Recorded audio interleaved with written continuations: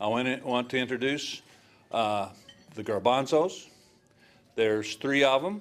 There every once in a while, like our last presentation, Dean Billingsley was a Garbanzo, and Soup Granda said he'd like to make it, but he's busy in Nashville and all sorts of things.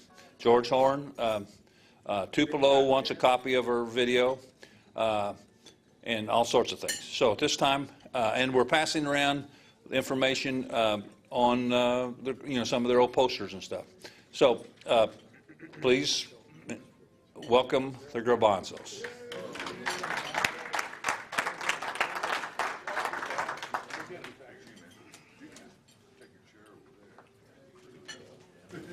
I've got all these posters from the Buffalo Bar and White River Mining Company. Tell stories. Mustache, huh? Tell stories behind them? Yeah, use the microphone. Oh, we'll tell a story. Use the microphone. Yeah. Videotape. Yeah. Okay. Use the mic. That's why the podium's there, sir. Anyway, we have albums full of pictures. We've got posters. Maybe Chico can pass them as he looks at them, something like that. Where's that Tim White? Oh, he's eating. Well, you have nothing to say. When did you join our band? Yeah, you're a Garbanzo. Get up here. That was the question, wasn't it? I might, the way this all started is Chris and I, back in the hippie days in the 70s, lived on, well, Chris lived on Grand Street across from MSU. And I remember the first time I ever saw him, he was working in the cafeteria at MSU, and I thought, that guy's weird. Oh, really? That's because I was working with Ed Gage. Maybe so. But anyway, no, I thought, that guy seems like a cool guy. I might get to know him, and we did. And I used to hang around at his house across from MSU, and You had a little dog with a handkerchief that'd come into the cafeteria. You know, Sparky. Yeah. Sparky 1 or Sparky 2? well, there was only one Sparky. Yeah, just No, Carrie. Carrie dog was Carrie. first. Sparky was Sparky second. was a girl. But anyway, so I don't even know if we played much music back then, except I remember when we finally did start jamming, and I didn't play washboard at that time. I played a little bit of fiddle, and I played guitar. Ooh. And Been to the desert on a horse with no name. but first of all, I'd like to tell you where the name of the Garbanzos came from. Back in the 70s, Chris was living in Crested Butte, Colorado. And Oh, wait, that was before. That was after you came and rescued me. yeah, okay. Well, From where? okay, I rescued him from a cult in Canada. Believe it or ashram. not, an ashram cult in Canada. They'd taken all his worldly possessions. They took his van. They took everything, all his money. And I flew up there. You know, we were just beginning to really get to know each other and play music together. And I fly into Calgary, and he's not there to pick me up. So I have to hitchhike from Calgary to Banff, Alberta, and this cult has got him making bread in this little Midway Cafe.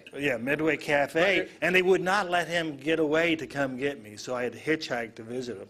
Right. And then they tried to take my soul, and that's when I finally got Chris to leave the place and go on a trip. And we played music all down the West Coast and the Colorado, and we worked our way back to Missouri, but that's part of another story. They get free gas to leave town. But anyway, Kept going. so basically, he was in Crested Butte, Colorado. That's when we were coming back from there is when we stayed in Crested Butte. Yeah. And I ate a garbanzo bean salad and Pizza. pizza.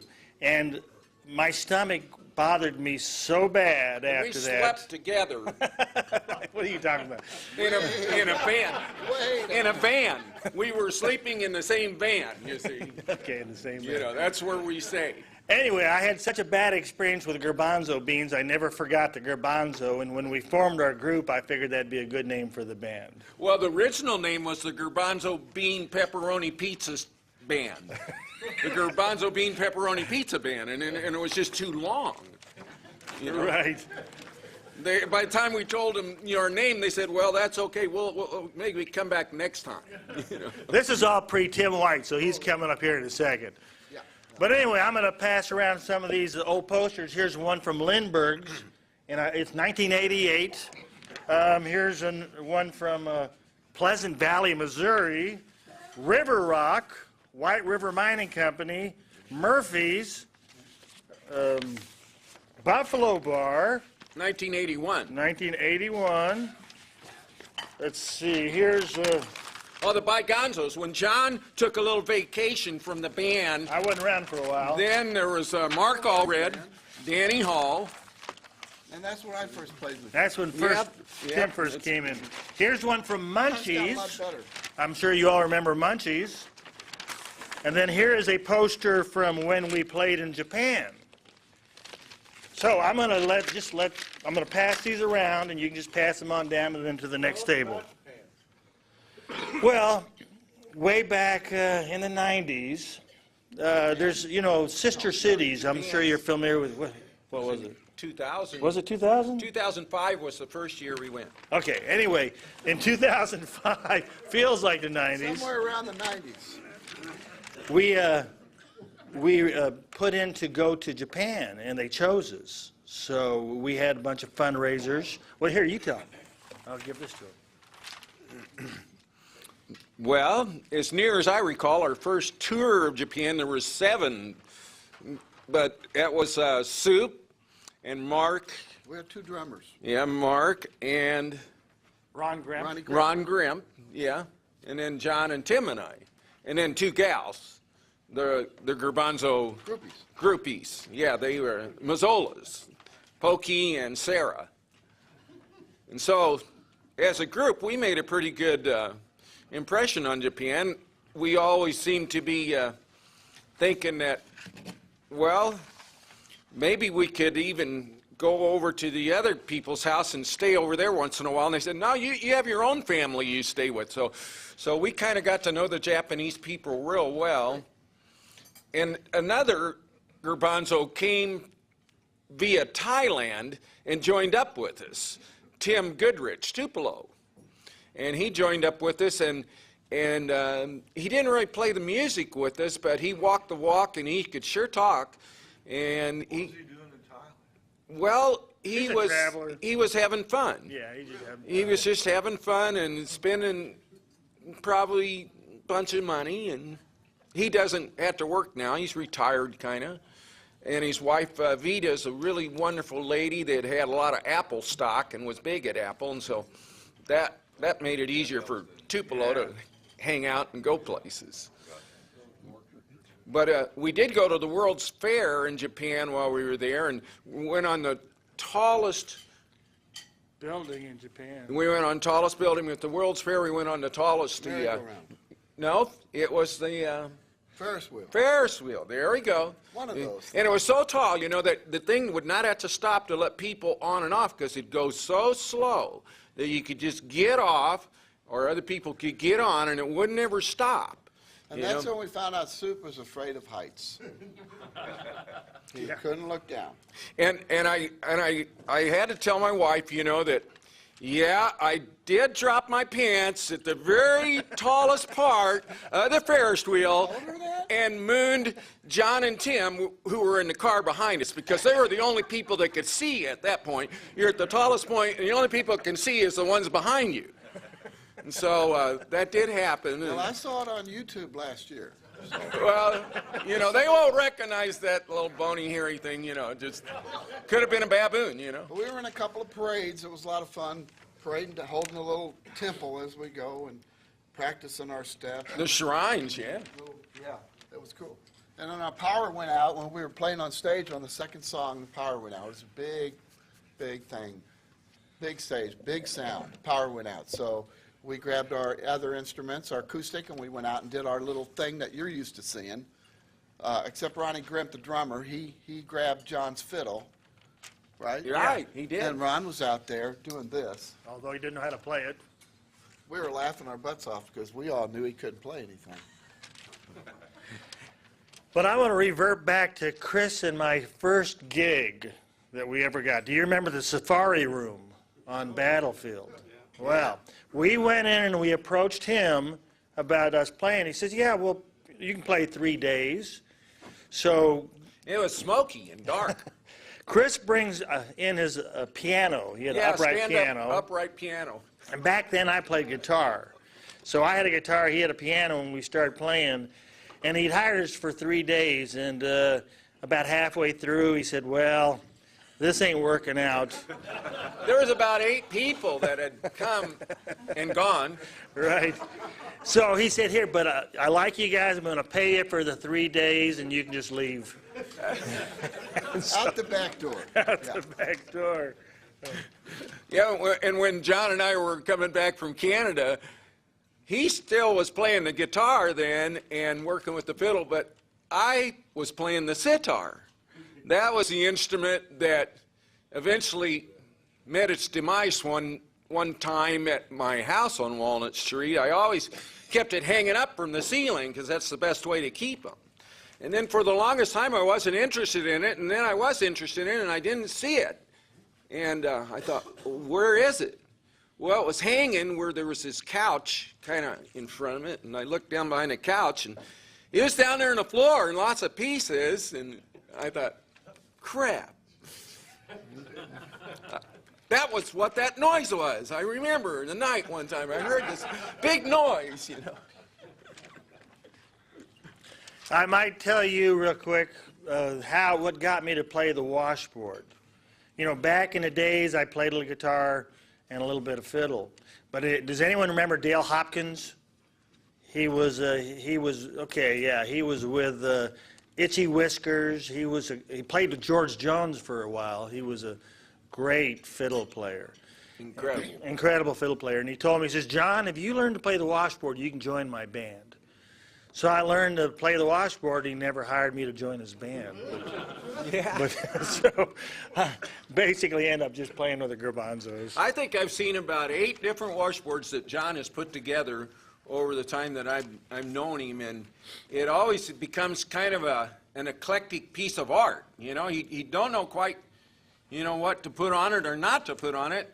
The other day I gave him a duck whistle, but the only thing is, man, this duck call, you have to suck on it instead of blow. And all the time when you're playing real hard and stuff, you want to shout and sing and blow, you know. But man, you have to go like that, you know, when you're singing. So I don't think the duck call's ever going to get onto the washboard, to tell you the truth. I think it was a mistake. But, you know, one thing is let us do is we've been able to play like everywhere, and I mentioned some of this from Alaska. We played on a ferry to Alaska. I think in tips we raised $300. No, it was $700 or $800. He knows Because better than me. my girlfriend, Mary Bush, had this 4-seater Honda Civic, and I mean, it just was a dream car. And Mary always liked to kind of be in control of things, and that's the way she was. And without her, I wouldn't have half the things I did or the motivation. But bless her, she's a wonderful lady. So anyway, she said she wanted to go on the Alaska trip with John and I and my oldest son, and Eric. And he turned 13 while on that trip. So we were driving across this part of the stretch just before you get to Seattle, and it was 101 degrees that day out there, and it was real hot, and we were saying, Mary, we need to check the water, you know, and so we would, but she said, no, you don't check it like that.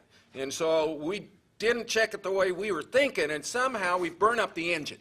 And we all had to spend the night on a parking lot at a gas station before the bus came the next morning at 6 o'clock or something. So we spent the night parked in this gas station parking lot. And then after that, John and I realized we needed to play a lot of music on this trip to help pay for that motor. So we started playing on the ferry and the Red Onion Cafe in Skagway. We got a gig in Seattle for a real fancy wedding that had wrought iron gates and everything, and they had a violin player and a barbershop quartet on the grounds of this mansion, and they had their Garbanzos. And how they got in touch with this, I'm not too sure. How did that happen? Someone from Alaska fixed it. Fixed it up for us, I guess. So yeah, we got a chance to play a lot of music on that trip, but it was really exciting to travel. Yes, while we were in Alaska, they were working on the motor. Yeah, at the Honda dealership. Right. So when we got back, you know, we had made enough money in tips to pay for the engine. The car was ready. Not really. Mary paid another $300, and we paid Close $800. enough. Close enough. But she was a part of the group, and she just said, "Yeah, that's great, good enough." But anyway, one of our You trips. guys had a lot more fun before I was. Well, Tim, we've been talking about planning a new trip. Yeah, we need new trips. Well, Tim, tell us about when you joined the band. Well, when did I? I don't know. I was in grade school at the time. I do remember when we played in Mexico. Our hotel was a couple of blocks from the square, and they had a big thing set up, big tent, you know, a couple thousand people there. And Chris decides to wear his purple polka dot hoop skirt. Yeah. And I mean, you know, with the wire, this boa. in it, and I'm thinking, we're all going, Chris, no, Chris, no. So No, we walked Chris, from you the can't. hotel. No, you can't do. No, not Chris. We're in Mexico. No. He goes, yeah, man. This is what we are, man. This is what This is what I do. This is the Garbanzo. And so this is what we do, and that's why we're here, and we're going to do what we do. And do I do that pretty good? You did it. And so I said, okay, but I'm going to follow you about 100 feet, just so I can watch. And he's passing all these Mexican dudes on the way, and they're like.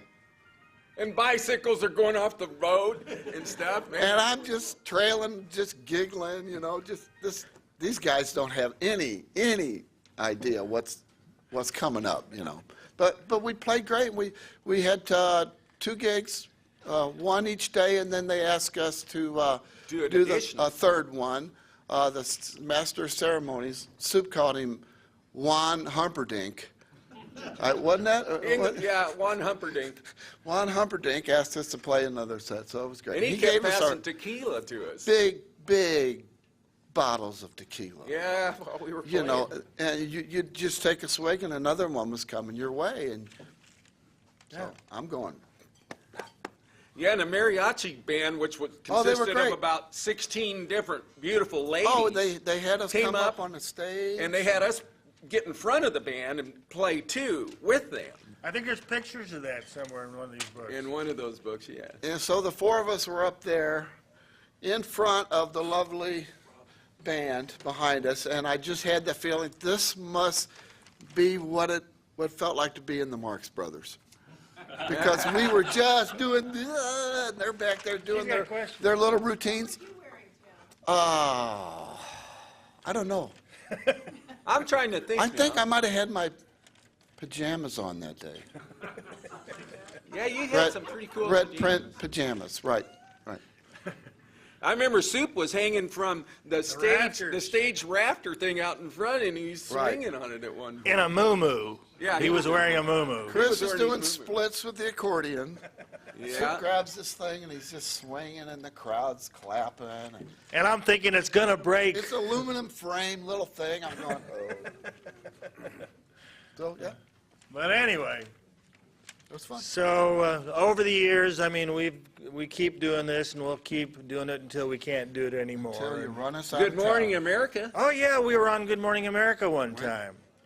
You remember the pineapple whip stands? Well, we were there and they filmed it, and They had us get up on top of the pineapple It whip was stand.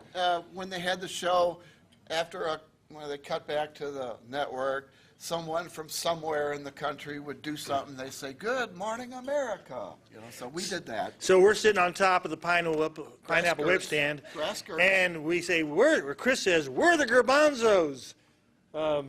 Good Morning America." Hey, and Charles Gibson. They cut back to him. He's going. He says, "These guys might be doctors and What if lawyers." one of them was your doctor and they came out to take care of you, and then the other girl, Elizabeth Vargas, I think, something like that. Yeah, maybe. Heidi Klum. That's who it was. So yeah, we had our 15 seconds. That's on YouTube as well, isn't it? It is, I think. It is on, if you go to either John Elhers or Garbanzo's you'll find a bunch of that stuff. Where can they see the Garbanzo video of the underwear song? It's on YouTube. It's on my site, so On just look for John's? Garbanzos or look up John Elhers, and you can go to it. And then the one time they played at the Telecable studio. Oh yeah. We the Telecable used to They, do a not lot. me. Yeah, do a lot of stuff with us in And it. we had, Well, Chris Dean- was playing, they had Dean the was- shrinking microphone. And it'd go down. And then at one point, I just stopped. Live. I just stopped. I said, "Oh, shucks," and everybody was like, was "Oh, live. John Davison." Yeah, I think he was the TV guy. He was just going, "Oh, well, we'll cut to them." And so they cut to John Davison, and he goes, "Well, these are the Garbanzos with us today, and it's certainly interesting." And then they put us back on, and we took off again. But like I had a major faux pas or something there that I don't know what I was thinking about. I think it's faux pas. Faux pas. We were going oompa. Mike Smith had a question. Okay. Is it Halloween that you got the long-standing gig there at the Venice? Oh, the Venice Cafe Mardi since 19. About 91. Well, I think it was I before can't that. figure- It was in I can't remember. 1990. I think in 1990 1990 was we the first started year. playing at the Venice Cafe. We used to play 5 times a year. Some very cool club, and I was really Yeah. worried because, I heard this was a really cool club in St. Louis, and we're gonna go with our little weird outfits, and they're gonna think we're just the stupidest thing they've ever seen in their life. But if you've been to the Venice, once we went in the front door and looked, oh my God, oh yeah, It's like home to us. it's okay, it's gonna be all right. It's home to us. Those people are really So, artsy-fartsy, 20 fun people. 24 or 25 years in a row, we played every Mardi Gras, every Halloween. And we used to go early 2 weeks enough from now, we'll be back. that we'd be there at 10 o'clock in the morning and Yeah. do the parade. And then we'd come in after the parade, and about 3 o'clock in the afternoon, we'd play for an hour or so. And then we'd come back at 9 o'clock and play till close. But we can't do that anymore. We played in the parade. We walked the parade and played the whole time. Yeah. So- Then played again, and then played again. Then 1 o'clock that night, we were done. The best float that I have ever seen in a parade was the Mad Hatter's float. And they had the Mad Hatter's Tea Party with all of these Mad Hatter characters at the tea party, the March Hare, Alice in Wonderland, the Queen of Hearts, and some other things. There was a giant caterpillar, and he was holding this great big hookah type thing, and this hose went all the way up It to was the Bill Clinton's to the head. top of the caterpillar, and it was Bill Clinton's head, about Huge this Bill big. Clinton. And it had this sign that says, "I inhaled, but I didn't It said, inhale to the chief. inhale to the chief." And so that is still at the Venice Cafe because they keep a lot of this That would have art. been 90, after the 92 election. That would have been 93. So. There was over 300,000 people that year on the parade route, and they were getting really concerned about this problem. They were cleaning up the streets till 6 or so in the morning because I stayed in a friend's apartment with this gal, and I still stay with her and her husband. He's in the Hoodoo Cats. We don't want to go there. And man, I mean, at 6 in the morning, you still hearing trash trucks dumping bottles and cans and stuff, and they were cleaning A up. couple years later, we shared billing with Tiny Tim. Yeah, Tiny Tim. Yeah, opened up for Tiny Tim. And that guy was genuine. There was no put on about that guy. He Yeah. was exactly the way he was on Johnny Carson or whatever. I think I had him autograph the dress I was wearing that night, and I still have He that was somewhere. really a sweet guy. Hey, John, if we're talking about Halloween and musical history of Springfield, then your own Halloween party should be. Oh, there you go.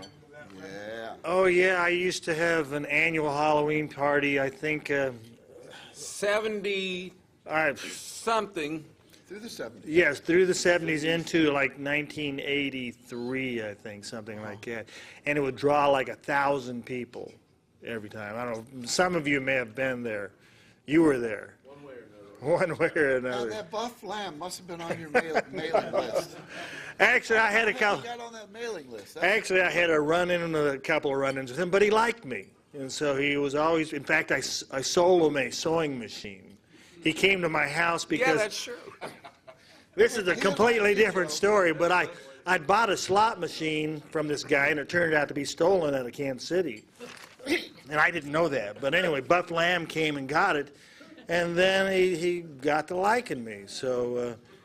I sold him a treadle sewing machine. On the way to delivering it to him, the leg broke off.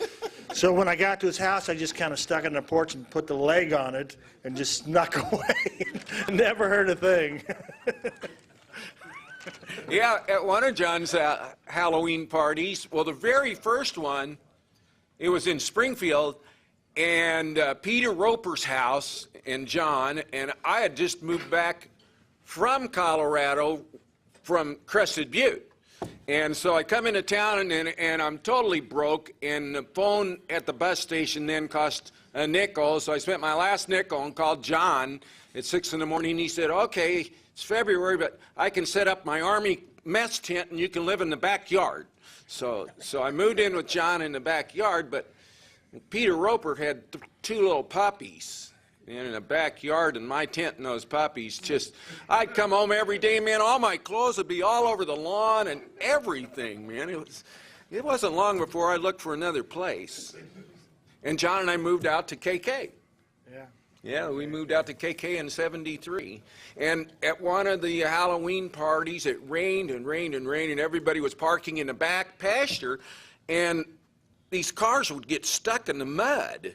I mean, we didn't have a tractor, so actually we had enough people we could just pick them up. And one of them was this Cadillac. And didn't we give it away to somebody? I had like a '64 Cadillac I got somewhere. Yeah, and I raffled it off at one of my Halloween parties. Fins? Yeah, huh? Had fins on the back?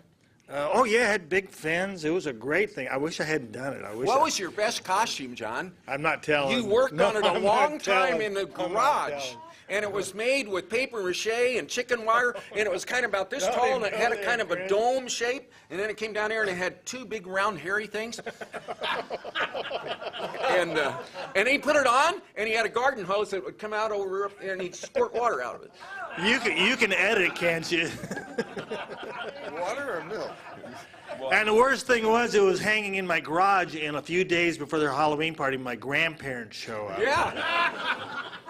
And the garage doors open, and they look in there and look at that.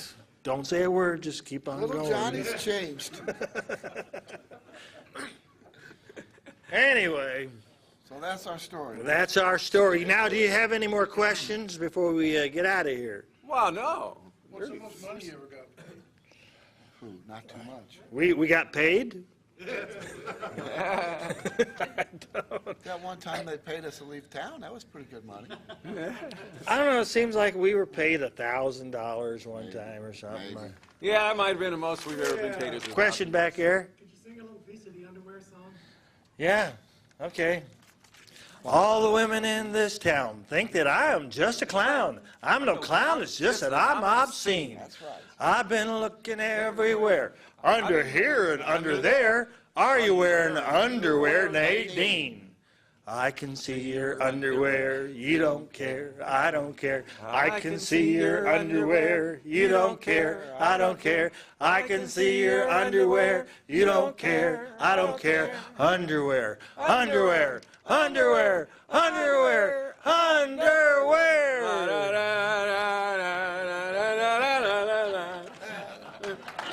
Thank you. That got applause. There is a new little business as an offshoot of the Garbanzos.